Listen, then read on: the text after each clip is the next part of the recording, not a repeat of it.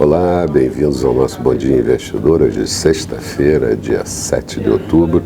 E eu vou começar lembrando que ontem a Bovespa operou novamente descolada das principais bolsas do exterior por conta de petróleo e Petrobras, mudanças na legislação sobre pré-sal e também venda de ativos anunciada pela empresa e expectativa de votação da PEC 241, ontem foi votado em comissão, e da repatriação de recursos, ambos colocados para votação na próxima segunda-feira. Assim, o governo começa a cumprir os seus objetivos, colocar em ordem o ajuste fiscal. A PEC, segundo consta, não deve ser mudada em plenário e o governo parece ter 350 votos, quando necessário seriam 309 votos. Hoje, mercados da Ásia operando em queda, exceto a Bolsa de Xangai, que continua fechada por conta de feriados. Europa também em queda, Londres opera em alta e os futuros do mercado americano também acelerando quedas nesse momento.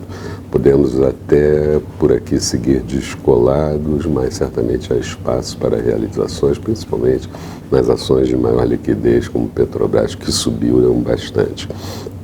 No Japão, o presidente do BOJ, Kuroda, disse que não acredita que a política monetária tenha atingido seus limites, e isso é um contraponto ao que se tem falado sobre flexibilização fiscal e também ao que se chama de new normal. Na China, tivemos a divulgação de que as reservas do país no mês de setembro encolheram mais forte que no mês anterior, 18,8 bilhões, o mês anterior tinha ficado em 15 bilhões de dólares, mas o total das reservas ainda está em 3,17 trilhões de dólares. E o Deutsche Bank segue no radar das preocupações das pessoas que estão na reunião do FMI e do Banco Mundial. Durante a manhã, foi divulgado na Alemanha a produção industrial, um bom resultado, cresceu 2,5%, contra a expectativa de que crescesse 0,8%, taxa anualizada de 1,9%, destaque nesse mês de agosto para a produção de bens de capital, que cresceu 4,7%.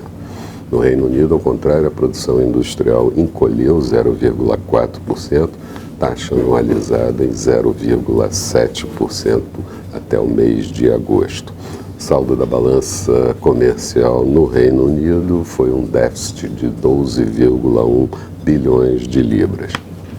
Falando um pouco de Brasil, a Fundação acabou de divulgar o IGPDI fechado do mês de setembro, uma inflação de 0,03% contra 0,43% no mês anterior, o que gera uma inflação acumulada em 2016 de 6,10% e em 12 meses de 9,74%. A inflação do mês de setembro foi menor do que previsto. E Ilan Goldfein, do Banco Central, diz que pode começar a relaxar a política monetária brasileira sob certas condições. E diz também que a reforma fiscal ajuda no processo de desinflação. E o FMI diz que o Brasil se move para território um pouco mais positivo. Na agenda do dia, daqui a pouquinho sai a inflação oficial medida pelo IPCA do mês de setembro. Nos Estados Unidos, o indicador mais importante do dia, o payroll, referente ao mês de setembro, com a criação de vagas no conjunto da economia americana, a taxa de desemprego do mês de setembro e os estoques no atacado no mês de agosto. Além disso, vamos ter discursos de presidentes regionais de FED e uma coletiva do G20. Expectativa para o dia: Bovespa podendo realizar lucros, os mercados acentuam um pouco a queda nesse início de manhã, dólar operando mais forte no mercado local, juros em queda. O payroll pode mudar um pouco esse quadro, dependendo se vem mais forte ou mais fraco, a tendência é que venha mais fraco. Falando de mercados, Bolsa de Londres em alta de 0,63%, Paris caindo 0,51%, Frankfurt com queda de 0,62%. Petróleo WTI continua negociado acima de $50, em $50,26, mas em queda de 0,36%. Euro negociado a 1,1135 do dólar, moeda em queda. Notos americanos, títulos de 10 anos, taxa de juros de 1,74 em alta. Eram essas as considerações. Marcamos encontro para o final da tarde, quando vamos fazer um balanço da semana. Até lá, então.